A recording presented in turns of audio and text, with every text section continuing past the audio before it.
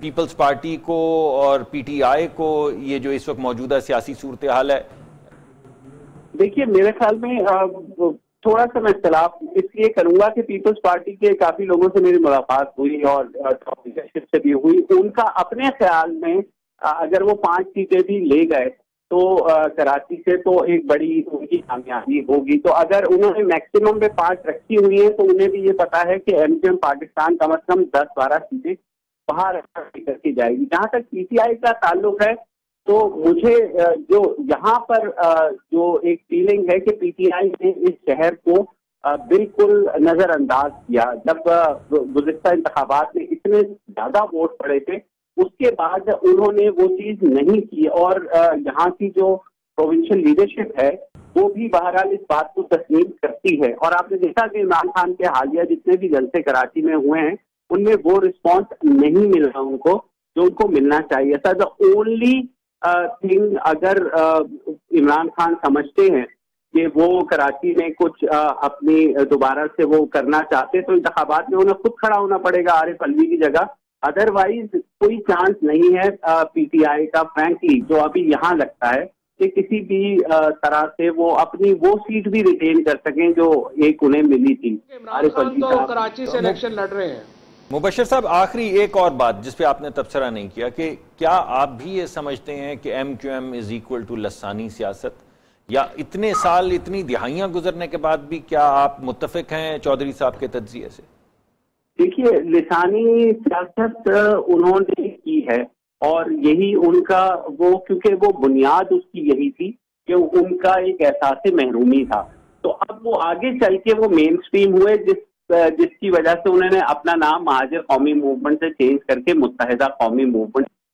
اور اس پارٹی میں اس لیے بہت پوٹینشیل تھا کہ شاید یہ واحد پارٹی ہے جو مڈل کلاس کی پارٹی تھی اور آگے گرو کر سکتی تھی. مشرف دور میں کوشش بھی کی گئی کہ اس پارٹی کو لاہور سے لانچ کر دیا جائے یا آزاد کشمیر میں ہم نے دیکھا کہ ایک آدھ سیٹ انہوں نے زلزلے کے بعد جو انہوں نے کام کیا تو ان کو کچھ نہ کچھ ملی، لیکن یہ گرو نہیں کر پائے اپنی اس جو ان کا ڈارک سائڈ تھی جو جس میں کراچی کے لوگوں کے لیے ایک مصیبت پیدا کی.